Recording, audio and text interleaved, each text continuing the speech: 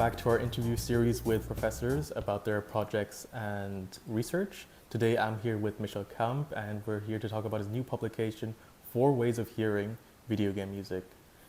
Please tell me what you do at Utrecht and how you got here. Yeah, so I've been teaching here for a while now, I think almost 10 years, and I am a musicologist. I teach in the musicology programs that we have here in Utrecht, which are like a bachelor's program and then 2 master's programs. And I've been involved there in various ways over the past, many years now, and mostly teaching in areas related to music and media, music and digital culture. So questions related to video game music, which is closest to my own sort of area of expertise and research interests, but also music and film, music video, and kind of like, so as I said, music and digital culture, which has to do with questions of the role of streaming services in the way that we listen to and engage with music. So yeah, a little bit that sort of corner of musicology. You have a concentration on video game music. How did you end up on this kind of idea of video game music? Yeah, it was, so I kind of started, I have a bachelor and a master's in musicology and sort of like a background in musicology, and traditionally musicology has been very much focused on the classical musical canon, and only in the last 25 years or so has this kind of drastically broadened to really focusing on all kinds of music really, including music in multimedia. And the first sort of logical step to take if you start looking at music and media from a kind of classical musical background is film music really, because so many film composers, especially in the 1930s and the like, they came from a classical background, and there are so many sort of like aspects of classical music to be found in film music. And that's also how I kind of started off in my bachelor's, with this kind of, when I was starting off my bachelor's, which was like the mid 2000s, there was still this kind of transitional period, and film music was only recently being explored more seriously. And I kind of got to that idea that, well, you know, all the kind of the films that I've loved as a kid, Star Wars and the like, they have really quite interesting music in them. And of course, by now we take this for granted, right? Yeah. John Williams is one of the great composers of the 20th century. But this is not necessarily the way that people were thinking about this 20 years ago, especially within musicology. And so I was kind of like exploring this as musicology became more interested in that. And I was exploring this as a bachelor's student. And then the step from film to video game music was also kind of like a personal one, in the sense like, well, you know, if I've been allowed to take John Williams and Star Wars seriously in my undergrad, then why wouldn't I be allowed to take video game music seriously? Because that's something that I've been growing up with as well. So it's really this kind of like careful steps towards something that is near and dear to me in my personal life and everything, and finding a connection there with musicology as the discipline was kind of like progressing over the past 20 years or so. Your book, 4 Ways of Hearing Video Game Music, was recently published. Could you tell us a bit more about it and what the overall message of the book is? Yeah, so it's essentially saying what it says on the cover, like there are 4 ways of hearing video game music. There might be more, there might be fewer, depending on whether you agree with the book or not. So video games are an interesting medium for music in that they're interactive, and they, if you compare that to sort of like other audio-visual media that music is a part of, like film, the interactivity brings with it a dimension that needs to be taken into account when asking sort of what the music is doing there. And analyzing music in a video game has to deal with that dimension of interactivity then. And this kind of like prompts questions about how music in games asks us to hear that music. We are doing other things when we are playing a game other than listening to the music. We are playing the game. We're trying to sort of like accomplish certain tasks in a game, finishing a quest. And this changes the way that we perceive that music in relation to those tasks that we are performing. The book was really an attempt to create a taxonomy based in sort of like an experiential approach to music listening in relation to video game music. So I take on approaches from phenomenology mainly, but also I take some concepts and ideas from ecological psychology and Gestalt psychology and these kind of like slightly related disciplines.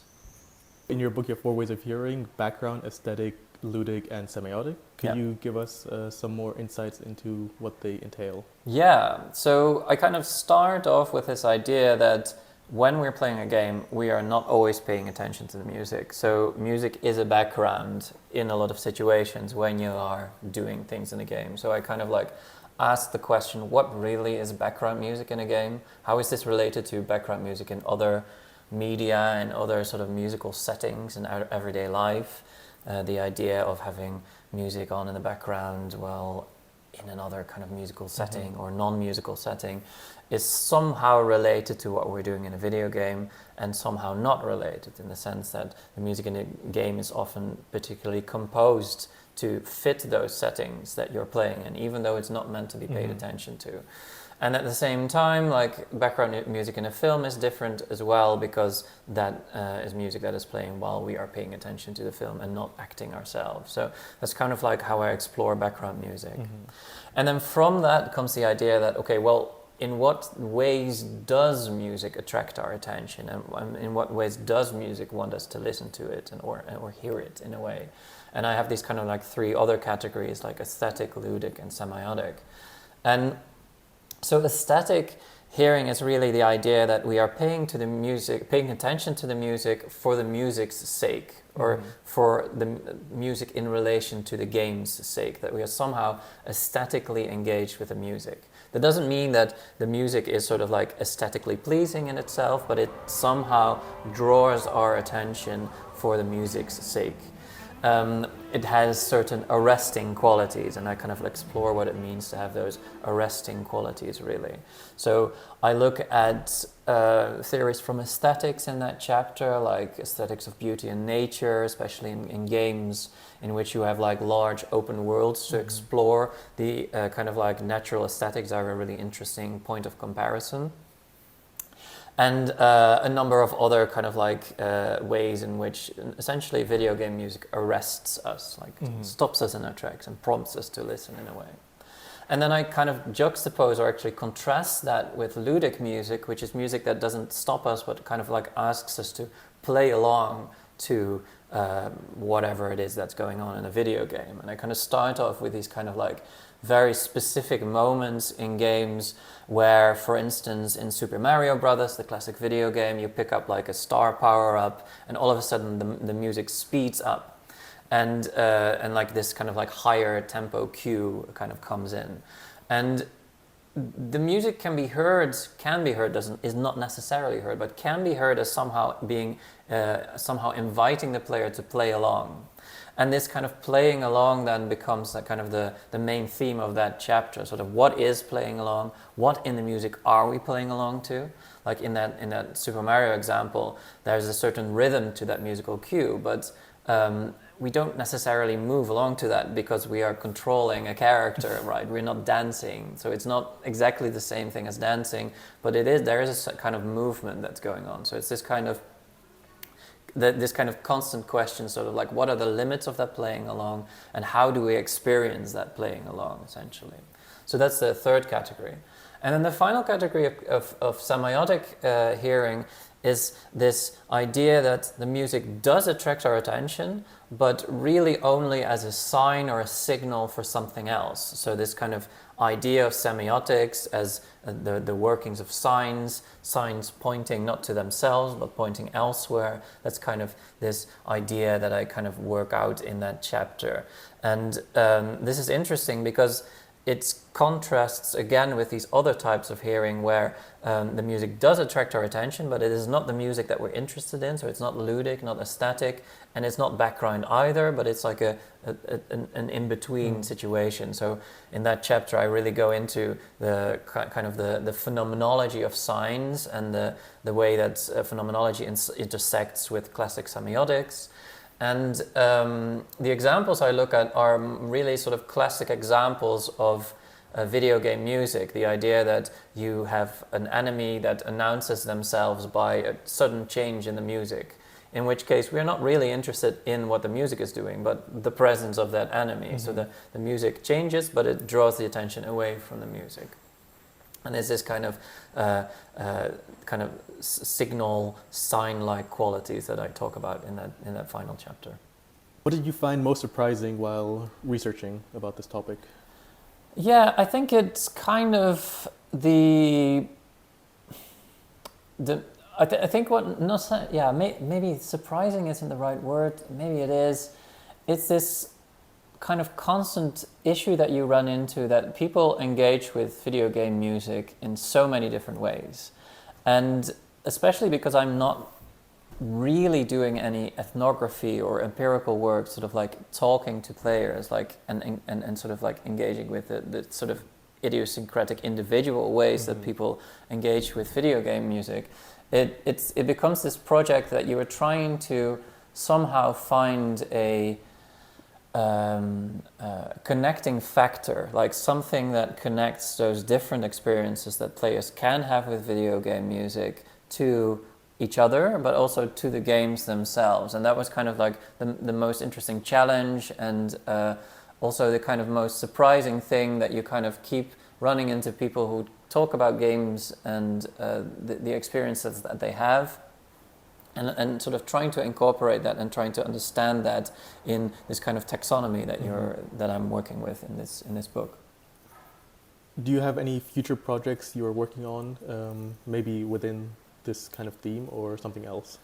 Kind of. I feel like it was a very long project, as in it came out of my PhD research, which was done like almost 10 years ago now, and it's like a long sort of like developing project that I kept coming back to, and I've written other things about video game music and kind of ways of hearing, and I'll probably keep coming back to those questions as I run into more people who have their own ways of playing and hearing game music.